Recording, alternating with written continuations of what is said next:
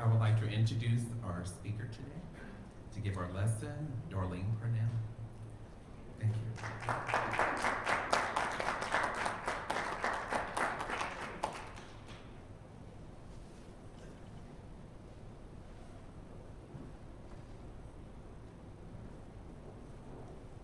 Sorry about that. I'm struggling a little bit with the steps. So how is everybody? Well, good. So it did take a little magic for me to get here today, so I appreciate your patience with me. Yes, I do have a little bit of a health issue, but I am on the mend. Not as fast as I'd like to be, but it is what it is. You know, it's all in God's timing. How many of us believe in magic? Yes, good. I like the words magic and miracles because, you know, as Roald Dahl says, those who don't believe in magic will never find it. Because I love the words and meanings attached, I'd like to go through the definition of magic. One of them is the power of apparently influencing the course of events by using mysterious or supernatural forces. Now, I like that because we don't know, like, where are they coming from? It's magic, you know, and sometimes we don't always have to question where, you know, the gift shows up. Also, as an adjective, having or apparently having supernatural powers. And then, of course, the verb move, change, or create as if by magic. How many of us remember when we were kids? Remember the believing in Santa Claus and flying reindeer and the tooth fairy? I mean, do you remember how old you were when you found out about Santa Claus? I was crushed. I mean, when I found out that Santa Claus was really mom and dad and the tooth fairy was mom and dad, it was heartbreaking for me. So, but we just believed back then, you know. We didn't question it. We had faith, and that's why it says in the Bible, it says become like little children, because when we become like little children, we do believe, and we believe in magic. And it seemed like back then magical things did happen, right? From the Gospel of Matthew, it says, whoever will be given more will have an abundance. Whoever does not have, even what he has will be taken from him. That sounds kind of harsh, but when we think of it, like, what are we looking at?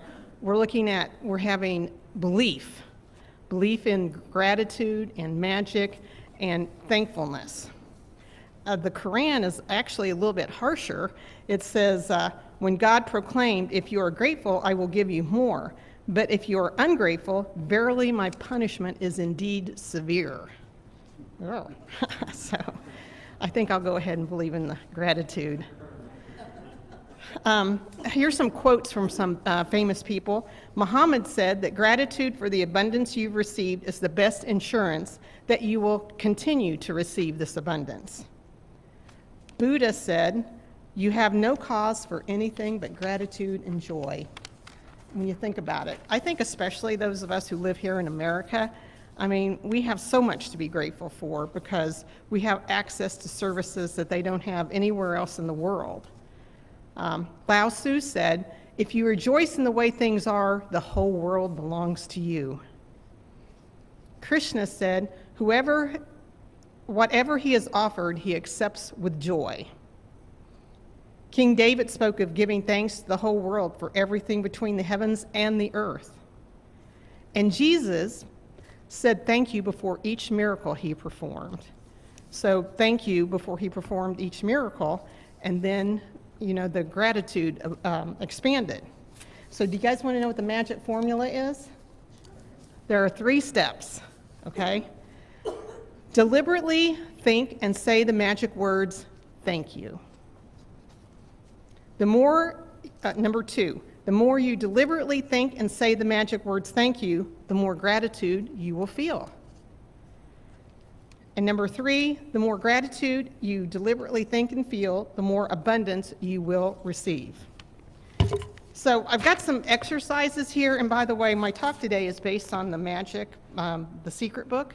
So there's lots of good exercises in there if you want to get it. It's, it's got a lot of step-by-step stuff that you can do that I've been practicing myself. So start your day with counting your blessings. How many of us start our day with counting our blessings? There you go.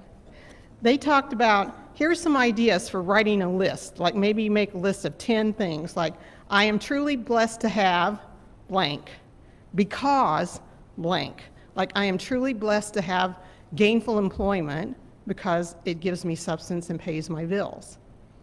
I am so happy and grateful for my spouse because they cook dinner every once in a while.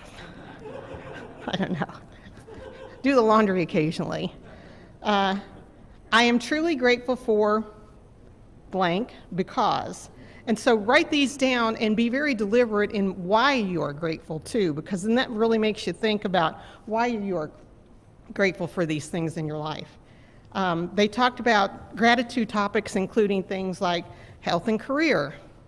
Health and body, work and career, money, relationships, passions, happiness, love, life, nature, planet Earth, the air, the water, material goods and service, any subject that you choose.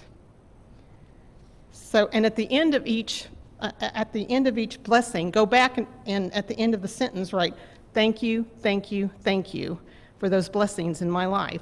Then it will cause your mind to focus more on the good things that are happening in your life. So I'm only going to go through 3 of the exercises that they had in the book because there's there's a lot more than we have time for today. But they talk about magical relationships.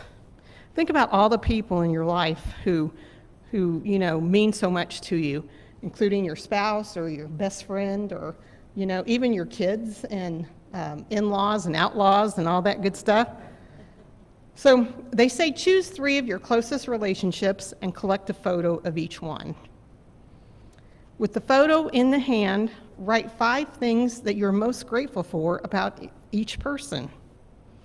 And really think about this, like, why are you grateful for your spouse? Or why are you grateful for your mother-in-law or whomever that is? Begin each sentence with the magic words thank you, with their name, and whatever you are especially grateful for about them. That they're always there for you, that you can always count on them. Carry the photos with you, and on at least 3 occasions during the day, say thank you to these photos.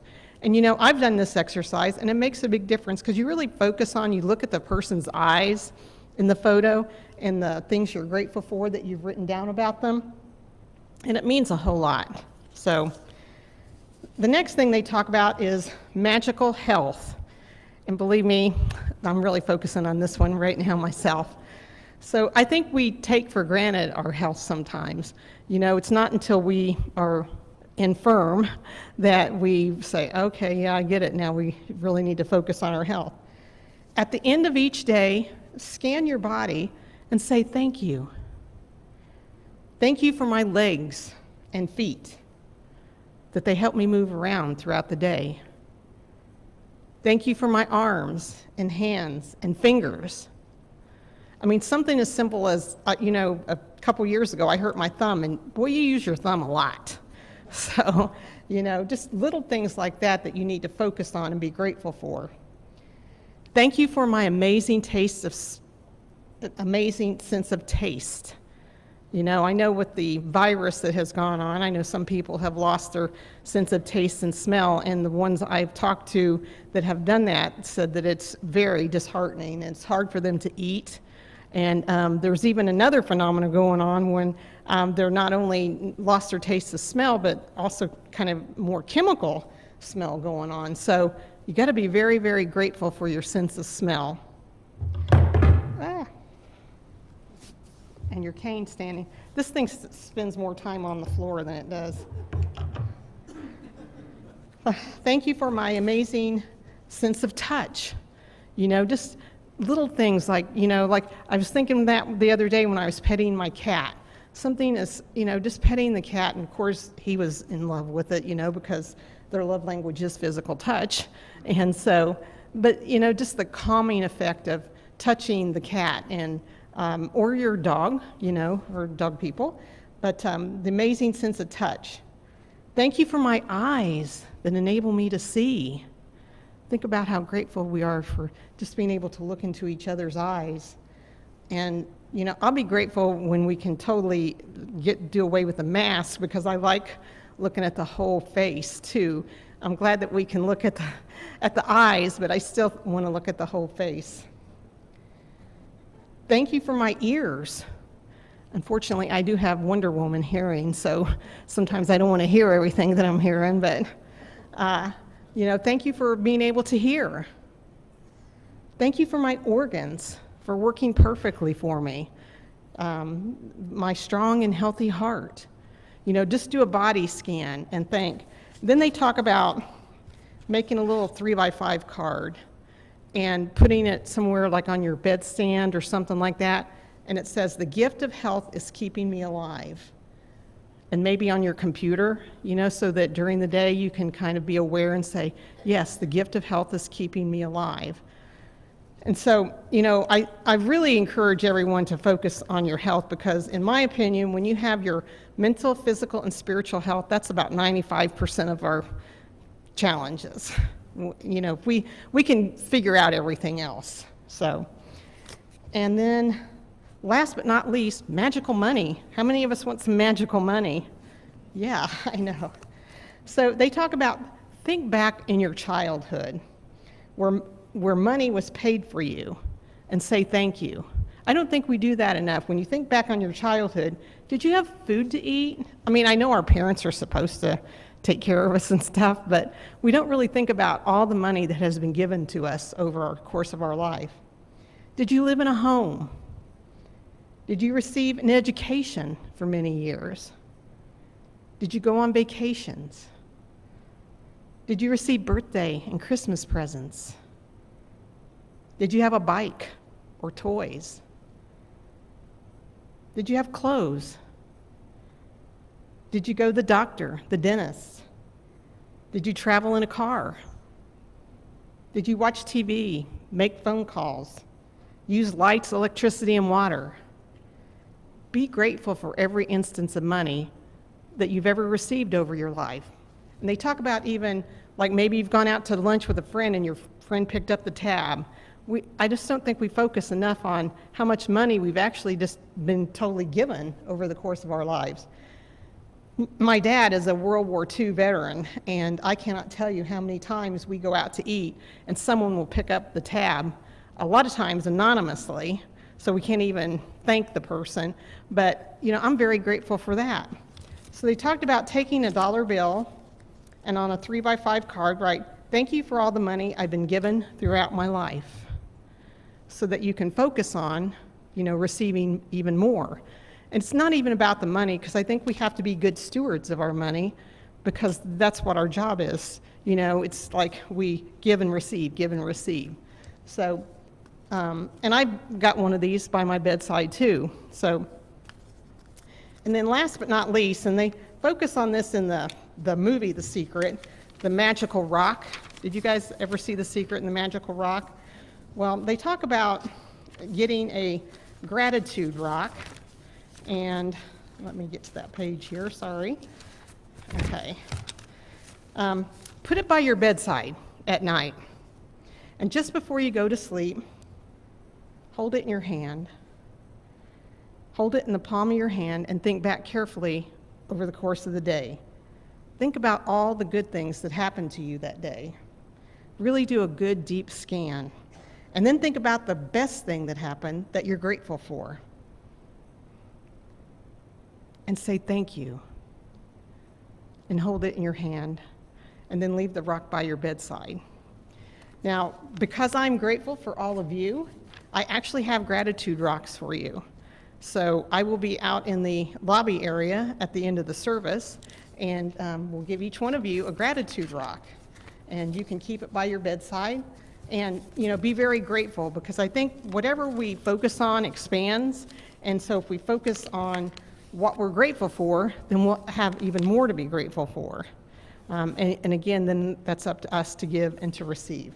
So I appreciate your patience with me today, and namaste. I hope you have a blessed week, and I am grateful for all of you. Thank you.